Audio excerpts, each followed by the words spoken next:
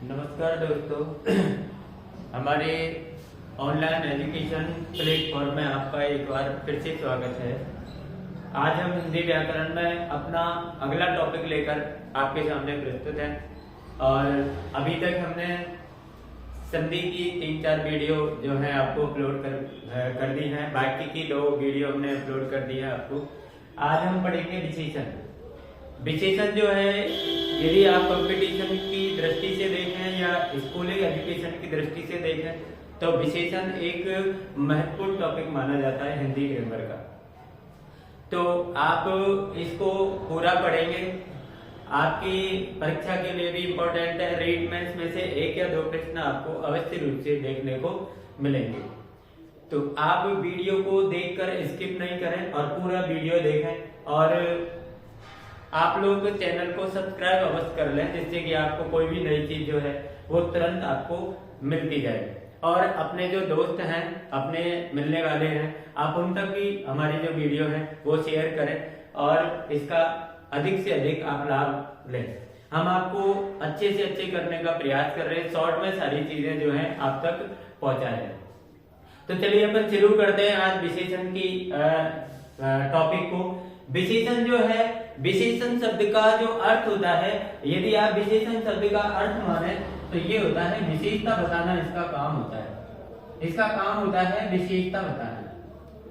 ये विशेषता बताता है, इसका काम होता है विशेषता बताना। विशेषता बताना मतलब आपके इस संसार में कोई भी ऐसी वस्तु है, कोई भी ऐसा व्यक्ति है, कोई भी ऐसा स्थान है या कोई अन्य चीज है, तो वो वस्तु कैसी है, वो व्यक्ति कैसा है, उसके बारे में यदि कुछ भी आपको कोई विशेषता उसकी बताई जाए तो वो सारी चीजें आपकी विशेषण कहलाती है। विशेषण जो होते हैं वो आपकी जैसे संज्ञा है और सर्वनाम।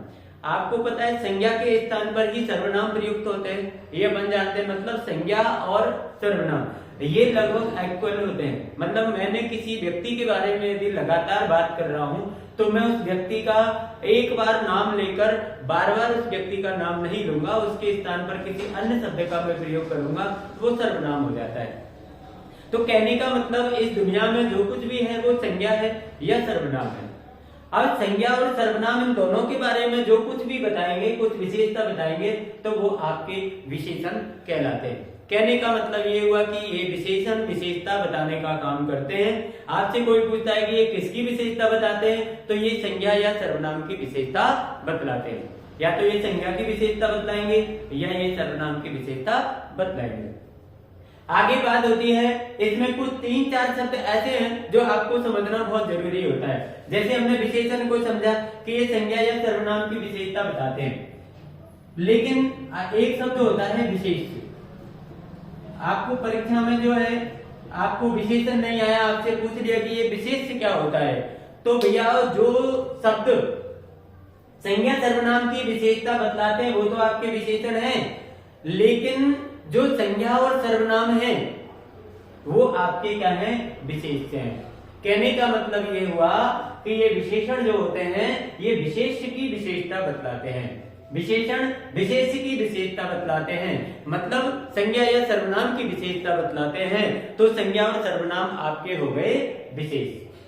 विशेष्य क्या हो गया आपका, संज्ञा और सर्वनाम। माना कि मैंने यहां पर लिखा कि सुंदर लड़का, मैंने यहां पर एक शब्द लिखा सुंदर लड़का। अब सुंदर लड़का में सुंदर जो है वो विशेषण है, वो क्या है, विशेषण है। और लड़का जो है वो विशेष है, लड़का जो है वो विशेष। अब इसमें अपन आराम से समझ सकते हैं कि लड़का जो है संज्ञा है और संज्ञा की विशेषता बताई गई है। मतलब संज्ञा के बारे में हमको बताया गया कि वो लड़का कैसा है, सुंदर है। तो ये तो जिस शब्द के द्वारा संज्ञा की विशेषता बताई जाए वो विशेषण, और जो संज्ञा और सर्वनाम है मतलब जिस शब्द की विशेषता बताई गई है वो शब्द आपका विशेष्य कहलाता है। इसलिए ये जो लड़का है वो यहाँ पर हो जाएगा, विशेष हो जाएगा। एक शब्द इसके अंदर होता है प्रविशेषण, एक शब्द होता है इसके अंदर प्रविशेषण, ये होता है।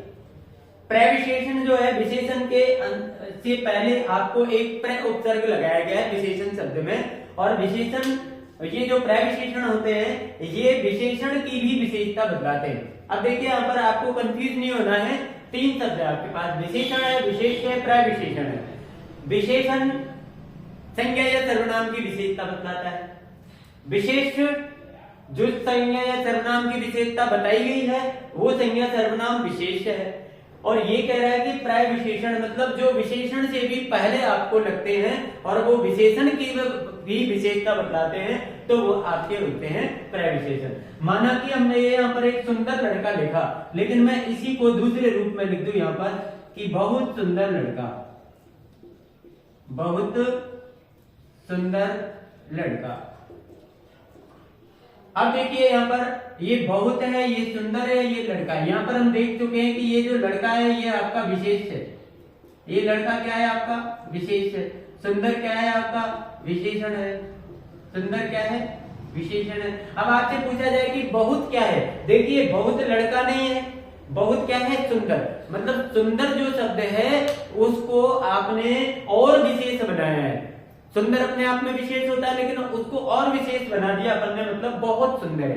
तो ये आपका हो जाएगा प्रय विशेषण। ये क्या हो जाएगा आपका प्रय विशेषण, ये आपका प्रय विशेषण हो जाएगा। ये तीन शब्द आपको अवश्य आने चाहिए यदि आप विशेषण के बारे में पढ़ रहे हैं, विशेषण की जानकारी आप ले रहे हैं तो आपको इन तीन शब्दों के बारे में जानकारी अवश्य होनी चाहिए।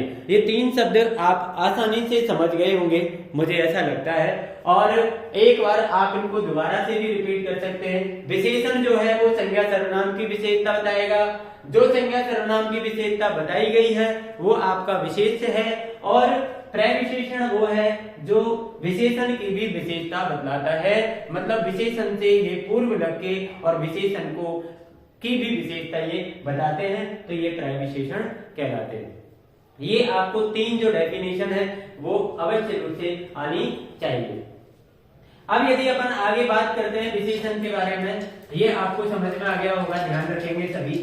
कभी कभी एग्जाम्पल जब परीक्षा में प्रश्न आता है, देखिए आपको एक चीज ध्यान रखनी है कि जो टॉपिक आपको सिलेबस के अंदर दिया गया है, बोर्ड हो या कोई भी आरपीएससी हो या कोई भी अन्य चयन बोर्ड हो, जो प्रश्न जो बनाता है वो टॉपिक के अंदर से कहीं से भी आपको बना सकता है। ऐसा कुछ नहीं होता है कि भाई विशेषण है तो विशेषण की परिभाषा पूछेगा, विशेषण के प्रकार पूछेगा, ऐसा कुछ नहीं है। विशेषण से संबंधित जितनी भी चीजें आपको होती हैं, आपकी ग्रामर में आती हैं, वो सारी चीजें आपकी परीक्षा में पूछी जा सकती हैं। उन पर आप कोई भी ऑब्जेक्शन नहीं कर सकते क्योंकि सिलेबस में उस बिंदु को दिया हुआ है। इसलिए अपन को विशेषण से संबंधित सारी चीजें आपको पढ़नी है। विशेषण की अवस्था पढ़ेंगे अपन, अब पढ़ेंगे अपन विशेषण की अवस्था। विशेषण की जो अवस्था है, विशेषण की तीन अवस्थाएं, कितनी है? तीन अवस्थाएं होती हैं। विशेषण की तीन अवस्थाएं होती हैं। कितनी अवस्थाएं होती हैं? तीन। आप इंग्लिश में भी इसको पढ़ते हैं, डिग्री के नाम से पढ़ते हैं, और वहां पर डिग्री भी तीन होती है, लेकिन अपन को इंग्लिश से इसमें कोई लेना देना नहीं है, बाकी की सेम है। उधर जैसे आपने डिग्री अच्छे ढंग से पढ़ रखी है तो आप इधर विशेषण की जो अवस्थाएं हैं उनको आप आसानी से पढ़ सकते हैं। देखिए अपन यहाँ पर तीनों जो है आपकी अवस्थाएं, उनके बारे में आप पढ़ेंगे। पहली है आपकी मूलावस्था, है ना, एक है आपकी उत्तरावस्था, एक आपकी है उत्तरावस्था, और एक आपकी है नंबर 3 उत्तमावस्था। मूलावस्था, उत्तरावस्था, उत्तम अवस्था। अब देखिए तीनों अवस्थाओं के बारे में आपको पढ़ना है। अब आपको विशेषण हमने अच्छे ढंग से याद कर लिया कि विशेषण संज्ञा सर्वनाम की विशेषता बताता है, तो ये विशेषण की ही अवस्था, मतलब इनको तीन स्टेज में बांटा गया है। अवस्था को कहते हैं स्टेज, स्टेज में बांटा गया है कि तीन स्टेज पर, तीन अवस्थाओं में आप किसी वस्तु की विशेषताएं बता सकते हैं। देखिए इसको सिंपल रूप में यदि आप पढ़ें, सिंपल रूप में, तो यदि यहाँ पर अपन को एक लाइन में अपन इसको समझ सकते हैं क्या, कि ये विशेषण जो है, ये मूल अवस्था जो है, ये विशेषण का मूल रूप है। ये विशेषण का मूल रूप है। या तो आप इसको मूल रूप बोल सकते हो, या आप कह सकते हो कि ये किसी व्यक्ति की सीधी विशेषता बताता है। माना कि मैं मेरे बारे में बताऊं या किसी अन्य व्यक्ति के बारे में बात करूं, तो मैं केवल उसी व्यक्ति की बात कर रहा हूं, इसके अलावा मैं किसी भी व्यक्ति की बात नहीं कर रहा हूं। जैसे माना कि मैंने यहां पर लिखा एक कि मोहन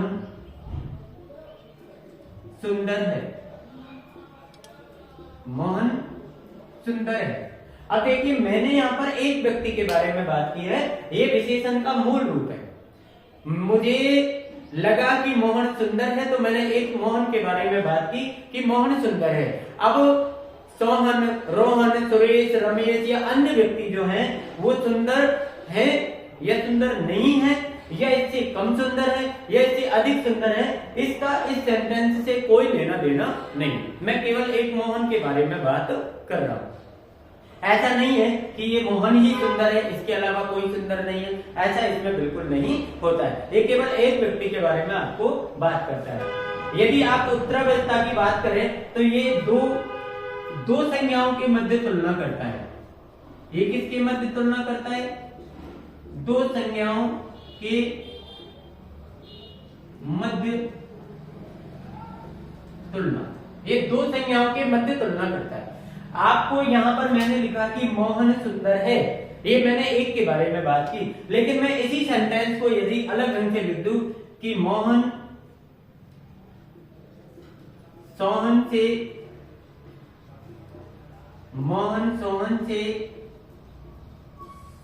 सुंदर है।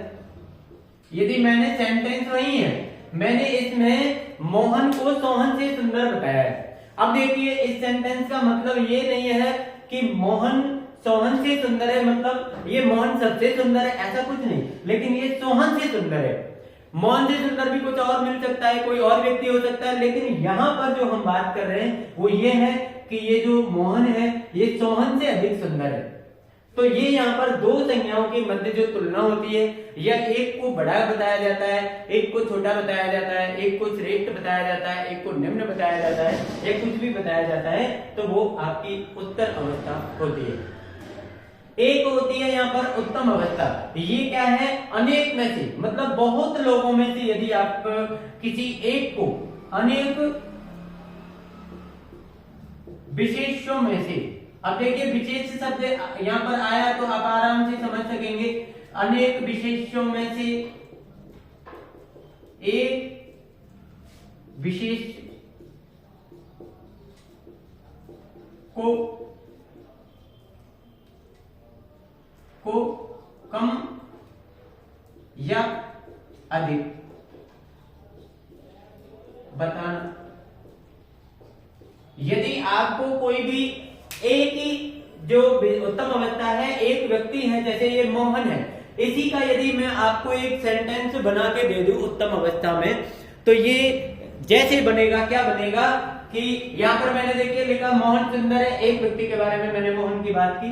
यहाँ पर मैंने लिखा मोहन सोहन से सुंदर है, यहाँ पर मैंने दो व्यक्तियों की बात की, मतलब ये सोहन से सुंदर है। लेकिन वहां पर मैंने एक सेंटेंस ऐसे लिख दिया कि मोहन सबसे सुंदर है, मोहन सबसे सुंदर है। अब बताइए सबसे मतलब वहां पर कोई जो लोग उपस्थित हैं, 10 लोग हो सकते हैं, 20 लोग हो सकते हैं, 50 लोग हो सकते हैं, एक क्लास हो सकती है, गांव हो सकता है, घर हो सकता है, परिवार हो सकता है, कुछ भी हो सकता है। उसमें जहां पर जो लोग हैं उन सब में मोहन जो है वो सुंदर है। ये आपकी उत्तम अवस्था होती है। आप, मुझे लगता है कि तीनों अवस्थाएं आपकी समझ में आई होंगी कि मूल अवस्था जो होती है वो विशेषण का मूल रूप है। कहने का मतलब हम एक व्यक्ति के बारे में बात करेंगे। उत्तर अवस्था जो होती है वो दो संज्ञाओं के मध्य तुलना करेगी, एक को अच्छा बुरा बताएगी, जैसे मोहन सोहन से सुंदर है।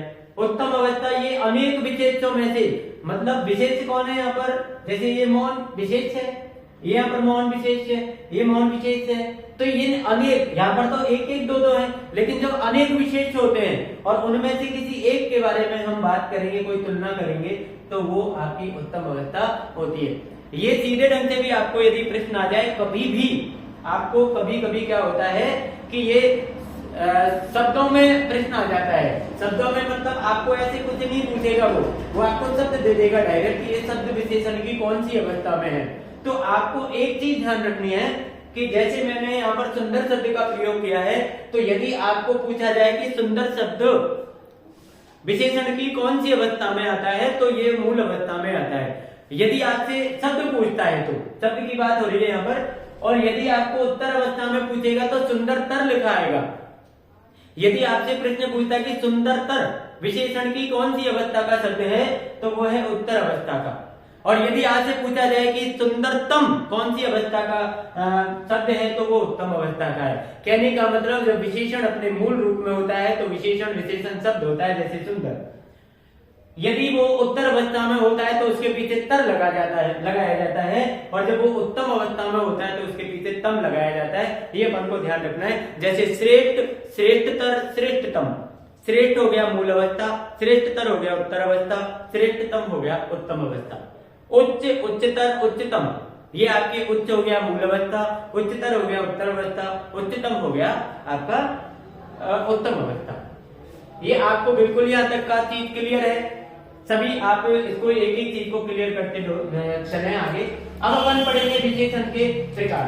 देखिए आपके पास समय कम है, इसलिए हम इसको ज्यादा विश्लेषण करके आपको नहीं पढ़ा सकते। अब तो छोटी छोटी चीजें जो है, शॉर्ट शॉर्ट चीजें चल के आगे बढ़ना होता है। तो अब हम जल्दी से जल्दी क्या है, आज ही हम एक ही वीडियो के अंदर विशेषण वाला जो टॉपिक है इसको पूरा करेंगे। हम पढ़ेंगे अब विशेषण के प्रकार। विशेषण के प्रकार,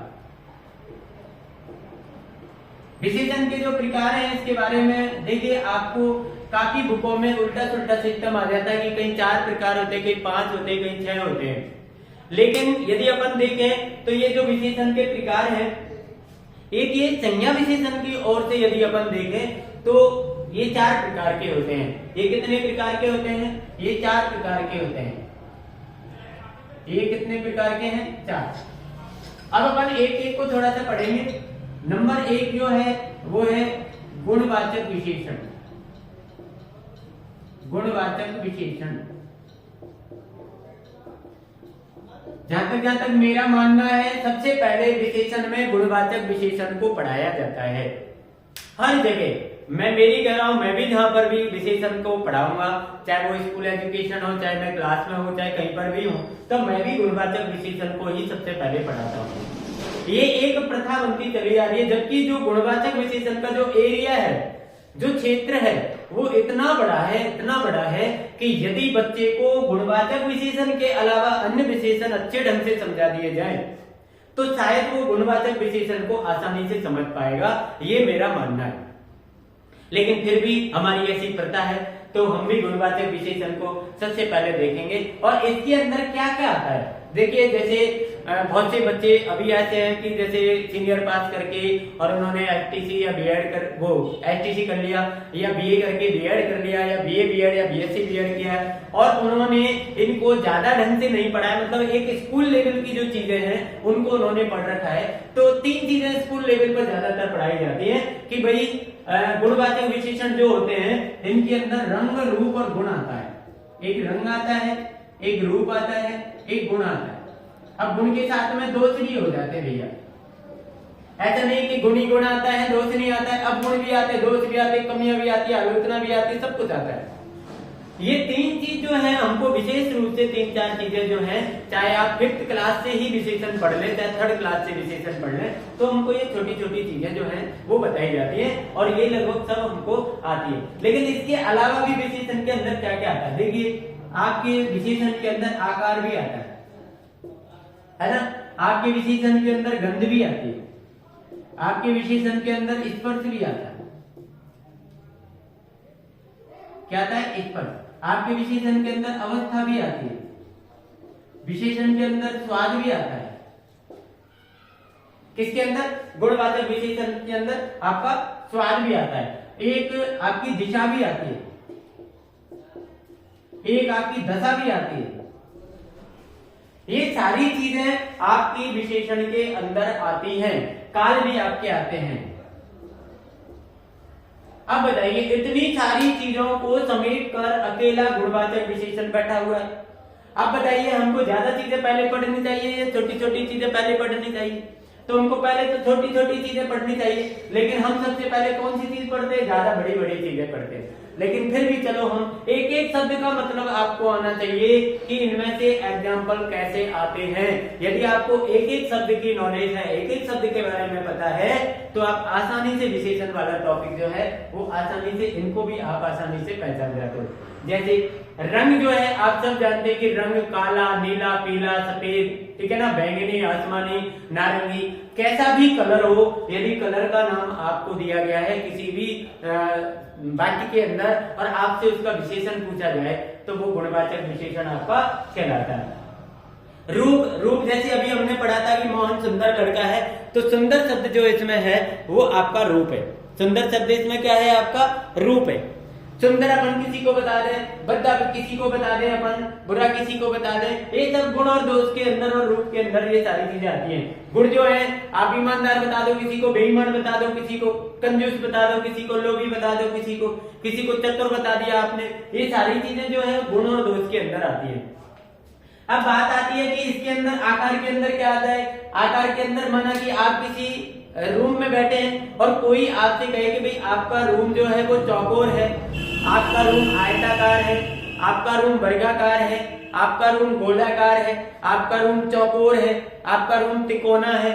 तो यदि ऐसा कोई भी शब्द आपको आकार से संबंधित आता है तो भैया वो सारे शब्द जो है आपके गुणवाचक विशेषण के अंदर आते हैं, गुणवाचक विशेषण के अंदर उनको रखा जाता है। अब आती है बात आपकी गंध की। तो गंध तो भैया आपको पता है कि दो ही है, एक सुगंध है, एक दुर्गंध है। मतलब एक में सु उपसर्ग लगा हुआ है, सु उपसर्ग का मतलब, सु का मतलब अच्छा होता है तो अच्छी गंध, और दुर्गंध, दुर उपसर्ग लगा हुआ है, दुर का अर्थ होता है बुरा, तो बुरी गंध। तो एक अच्छी गंध होती है, एक बुरी गंध होती है। इसको आप दूसरे रूप में भी देख सकते हो, खुशबू और बदबू। तो खुशबू क्या है? अच्छी है, ऐसी बू जो खुश कर दे, और बदबू, बद का मतलब बुरा होता है और बू का मतलब गंध होता है। तो यदि आपको अच्छी और बुरी गंध कोई सी भी हो, सुगंध, दुर्गंध, खुशबू, बदबू, ऐसा कुछ भी शब्द आपको है तो वो गुणवाचक विशेषण होता है। यदि आपको बात आती है स्पर्श की, जैसे माना कि आपसे किसी ने ये पूछ लिया कि भाई ये बाल्टी में पानी रखा है और उस बाल्टी में जो पानी रखा है आप उसको बताइए ये कैसा है, ये गर्म है, ठंडा है या नॉर्मल है, गुनगुना है, कैसा है? तो आप क्या करेंगे?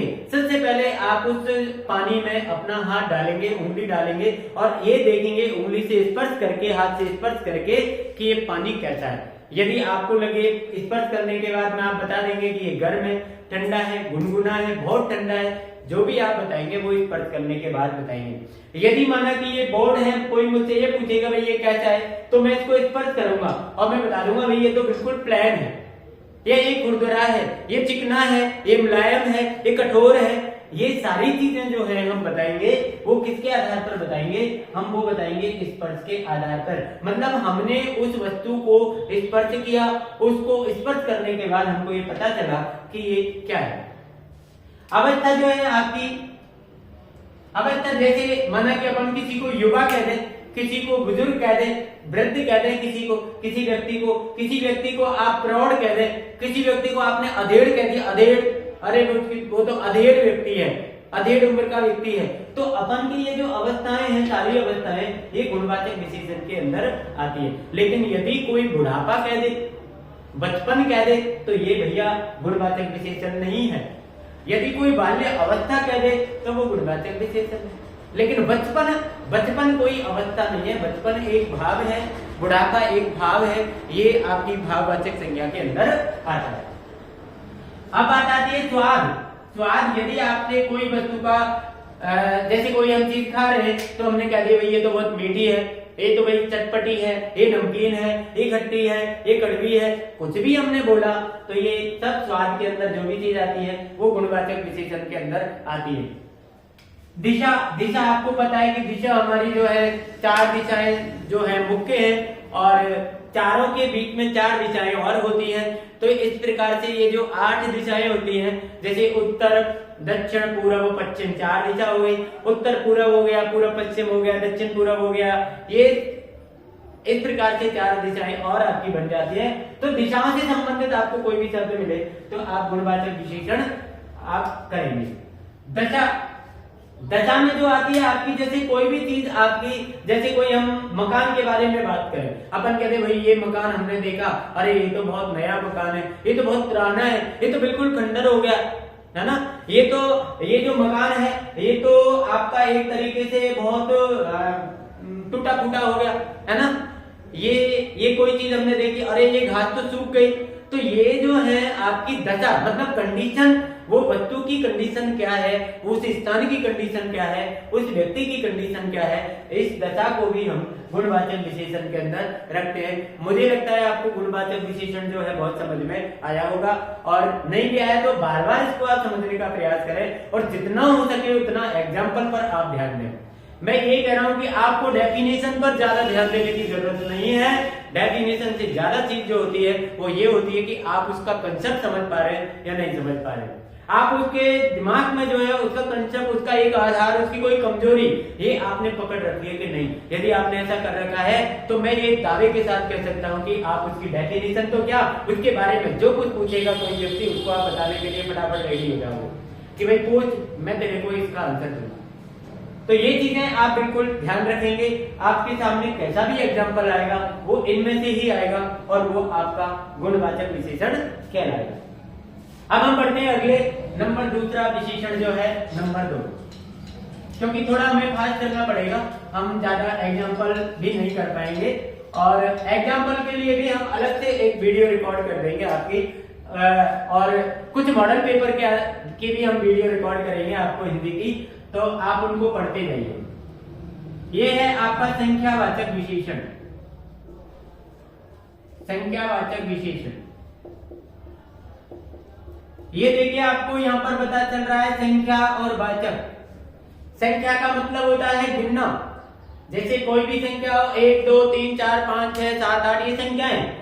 और वाचक का मतलब बोध कराने वाला, जो संख्याओं का बोध कराए वो विशेषण संख्यावाचक विशेषण होता है। लेकिन एक चीज यहाँ पर ध्यान रखनी है आपको, ये जो संख्याएं होंगी ये आपकी संख्याएं गण्य होंगी। ये संख्याएं कैसी होंगी? गण्य। गण्य का मतलब होता है जिसको गिना जा सके, ऐसी संख्याएं जिनको गिना जा सके।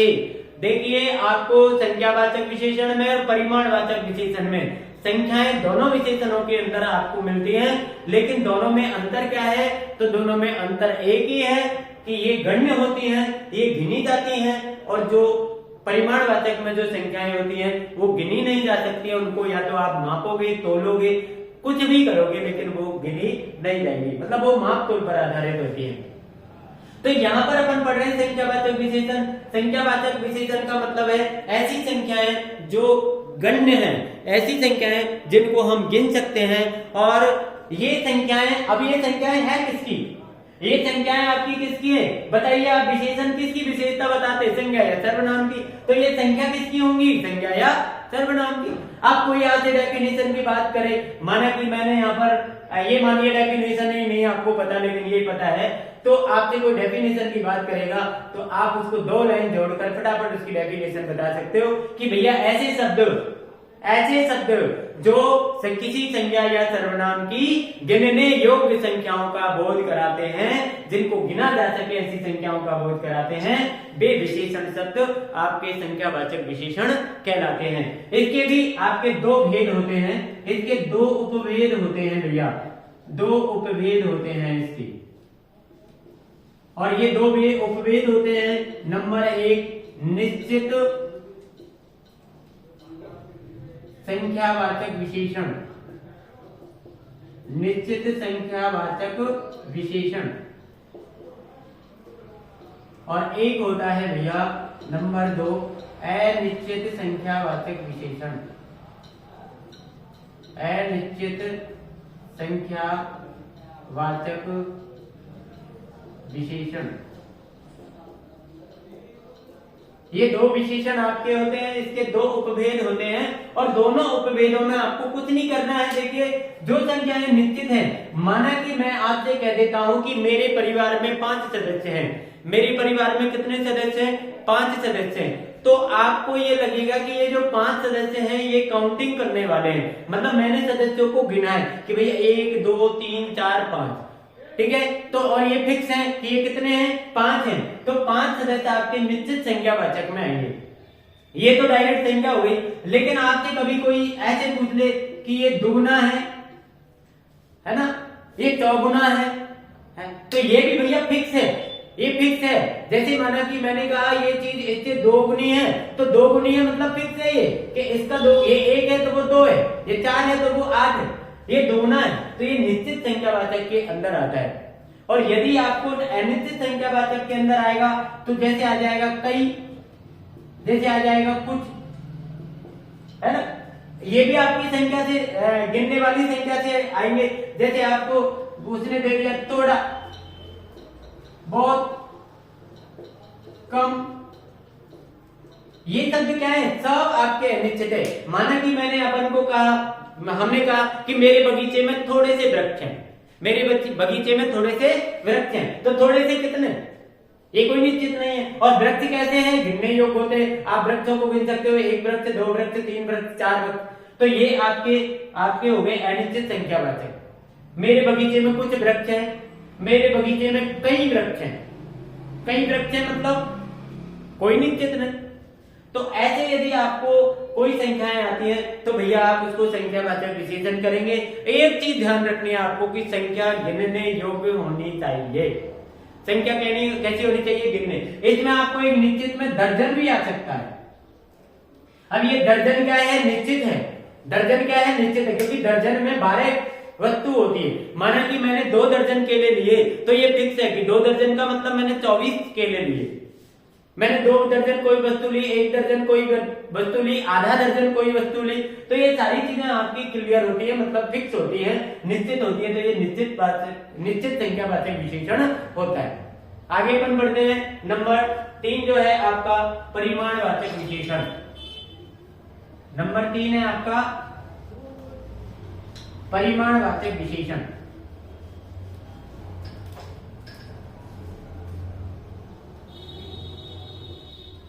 परिमाणवाचक,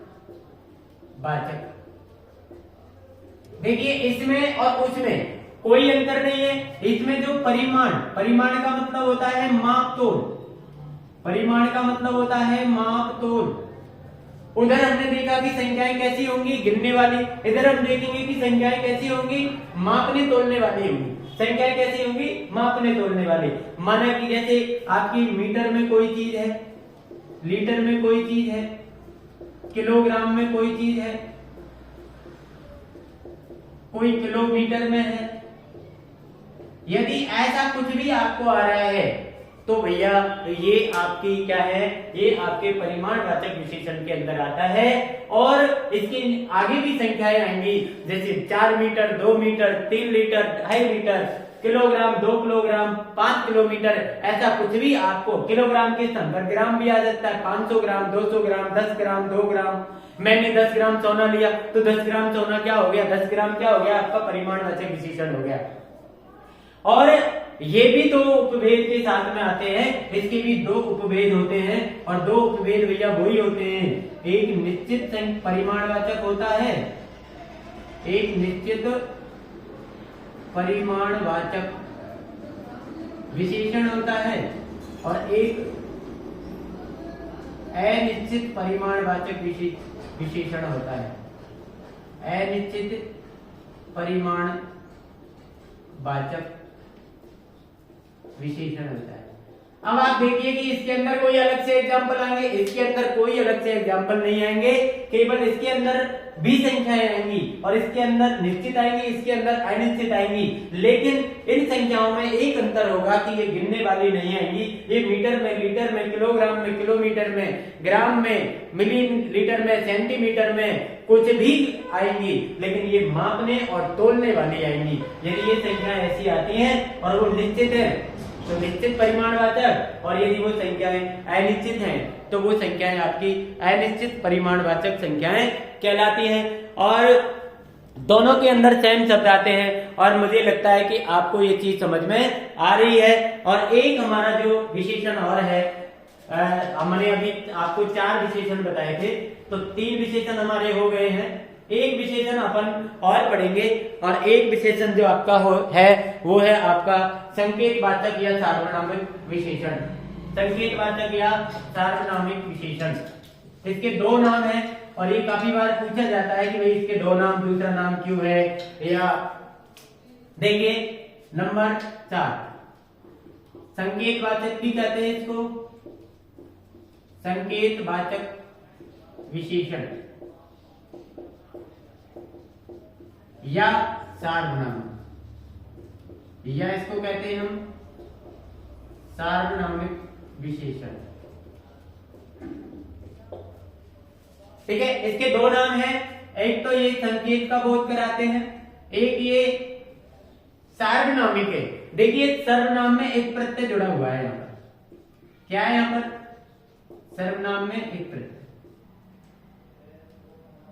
और जिन्होंने प्रत्यय उत्तर पढ़ रखे हैं उनको पता है कि एक प्रत्यय एक ऐसा प्रत्यय है जो जब भी किसी शब्द के अंदर लगता है तो सबसे पहला जो वर्ण होता है इसको ये परिवर्तित कर देता है, मतलब इसको ये दीर्घ में परिवर्तित करता है, तो स का सा हो जाएगा। उच्चर प्रत्यय के लिए भी हम एक आपको अलग से वीडियो बनाएंगे। ये सर्वनाम प्लस एक है, मतलब सार्वनामिक विशेषण कुल मिलाकर सर्वनाम शब्दों के द्वारा बनता है। एक ये संकेत का बोध कराते हैं आपको। मैं इसको यदि सीधे शब्दों में बात करूं तो ऐसे सर्वनाम, कुछ सर्वनाम ऐसे होते हैं, आपको पता है कि सर्वनाम की डेफिनेशन क्या है कि सर्वनाम संज्ञा के स्थान पर आता है। ये आपकी सर्वनाम की डेफिनेशन है कि वो किसके स्थान पर आता है, संज्ञा के स्थान। लेकिन कभी कभी सर्वनाम जो होता है वो संज्ञा के स्थान पर आने के बजाय उस संज्ञा से पहले आ जाता है और उसी संज्ञा की विशेषता बता देता है। जैसे यदि मैंने आपको एक उदाहरण देता हूं कि वह पुस्तक अच्छी है, वह पुस्तक अच्छी है। अब देखिए यहां पर वह सर्वनाम है, पुस्तक संज्ञा है, अच्छी ये विशेषण है आपका, ये आपको विशेषता बता रहा है। अब आपको ये ध्यान रखना है कि यदि ये संकेतवाचक विशेषण होगा, सार्वनामिक विशेषण होगा, तो ये बनता किससे है, ये सर्वनाम शब्दों से ही बनता है। मतलब ये जो सर्वनाम शब्द है ये कभी भी विशेषण का रूप ले सकता है, ये अपन को ध्यान रखना है। ये सर्वनाम कभी भी विशेषण का रूप ले सकता है, ये अपन को ध्यान रखना है। लेकिन ये पता कैसे चलेगा कि ये कब तो विशेषण है और कब ये सर्वनाम है। तो इसकी पहली पहचान तो मैं आपको बता देता हूं कि पहली पहचान तो आप करो इस नाम से कि ये संकेत करता है। क्या करता है ये, मैंने यहाँ पर संकेत किया कि वह पुस्तक अच्छी है, वो दूर रखी हुई पुस्तक को या यहीं पर रखी हुई पुस्तक को मैं ये भी कह सकता हूँ कि यह पुस्तक अच्छी है। मैं किसी एक पुस्तक की ओर क्या कर रहा हूँ, संकेत कर रहा हूँ। दूसरी बात मैंने आपको बताया कि ये सर्वनाम शब्दों से बनते हैं, तो ये सर्वनाम शब्द आपका है, दूसरी बात फिट हो गई। तीसरी बात मैंने अभी ये बताई थी कि ये संज्ञा के स्थान पर आने की बजाय संज्ञा की विशेषता बता देते हैं। ये देखिए ये संज्ञा के स्थान पर आया है लेकिन ये इसकी विशेषता बता रहा है। पुस्तक, 2 पुस्तक, 4 पुस्तक, 5 पुस्तक, जितनी भी पुस्तक वहां पर रखी हुई थी, मैंने किसी एक पुस्तक की ओर संकेत किया, मैंने किसी एक पुस्तक के बारे में बताया, तो वो पुस्तक क्या हो गई, विशेष हो गई।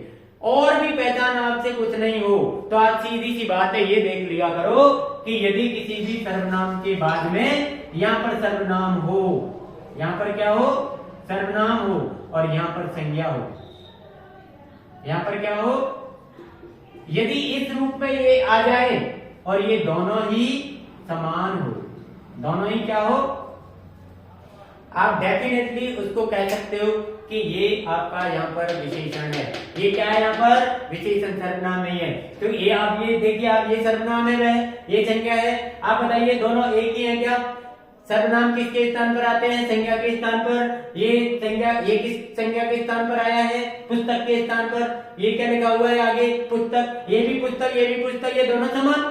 ये दोनों जब समान हो गए तो ये कौन सा विशेषण हो गया, क्लियर है, संकेतवाचक या सार्वनामिक विशेषण आपका हो जाएगा। आपको ये चीज ध्यान रखनी है। अब कोई डेफिनेशन की बात करें, डेफिनेशन तो आप इसकी बहुत दे सकते हो, या संकेत के द्वारा किसी के साथ कोई चीज विशेषता बताई जाए, या सर्वनाम जो है संज्ञा की के स्थान पर आने की वजह संज्ञा की विशेषता बताए, संज्ञा से पूर्व में लगकर उसकी विशेषता बताए तो वो संकेतवाचक या सार्वनामिक विशेषण कहलाते हैं। इस प्रकार से आपको ये शब्द जो है आप आते हैं। जैसे मैंने किसी दूर खड़ा हुआ व्यक्ति है, मैंने कहा कि उस व्यक्ति को बुलाइए, मैंने क्या कहा, उस व्यक्ति को बुलाइए। ये देखिए फर्स्ट बात हो गई कि मेरा संकेत हुआ उस व्यक्ति को बुलाइए।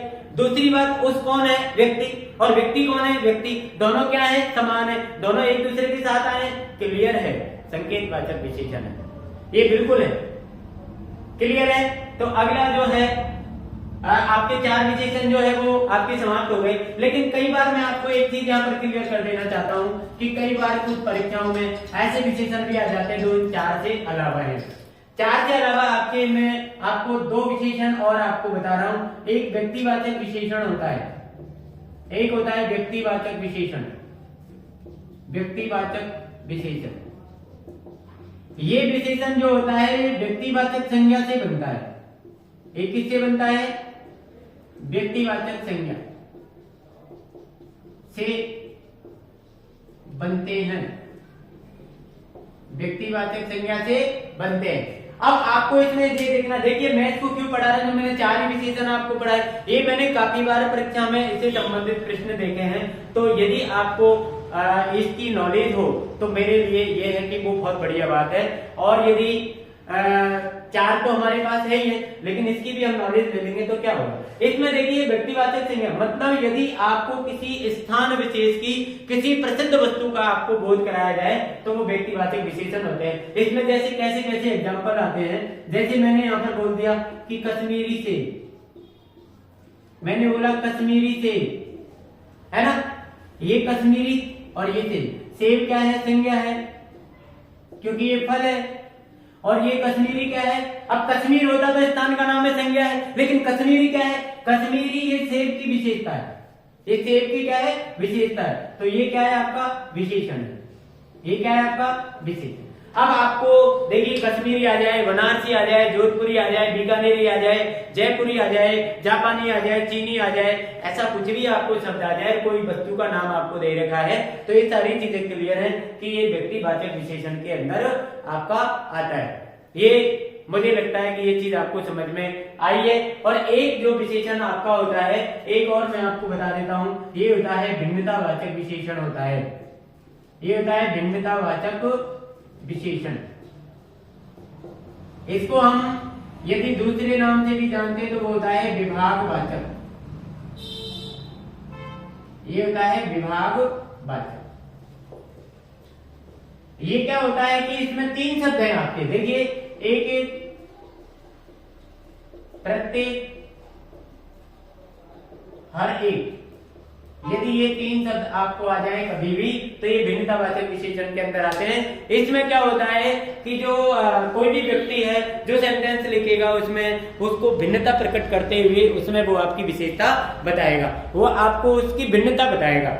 मतलब जैसे माना कि मैंने आपसे कह दिया, जैसे पूरी क्लास में 50 बच्चे बैठे, मैंने कहा भाई पूरी क्लास के बच्चे हैं वो सभी बाहर आ जाओ, तो एक साथ मैंने सबको बुला लिया। एक मैंने कहा कि कक्षा का प्रत्येक बच्चा बाहर आ जाए, तो यहाँ पर भी पूरी क्लास जो है वो बाहर ही जाएगी, लेकिन ये मैंने उसमें थोड़ी सी भिन्नता प्रकट करते हुए उसको बुला लिया, मैंने एक एक करके बुला लिया।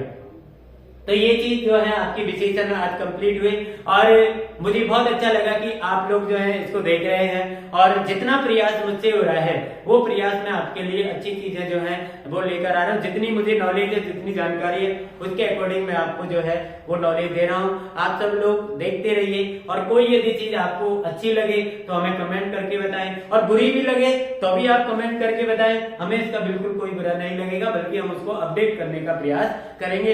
यदि आपको किसी अन्य टॉपिक की आवश्यकता हो तो वो टॉपिक भी आप हमें बता सकते हैं, हिंदी में और मैथ में आप बता सकते हैं। और एक चीज आप जीके में भी मुझे बता सकते हैं। यदि जीके का कोई टॉपिक आपको परेशान करता हो, जीके का कोई टॉपिक आपको ऐसा लगता हो कि इसमें कुछ चीजें अपन को थोड़ी निचोड़ टाइप मिल जाए, तो वो भी मैं आपको प्रयास करूंगा कि उसका सॉल्यूशन आपको दूंगा मैं।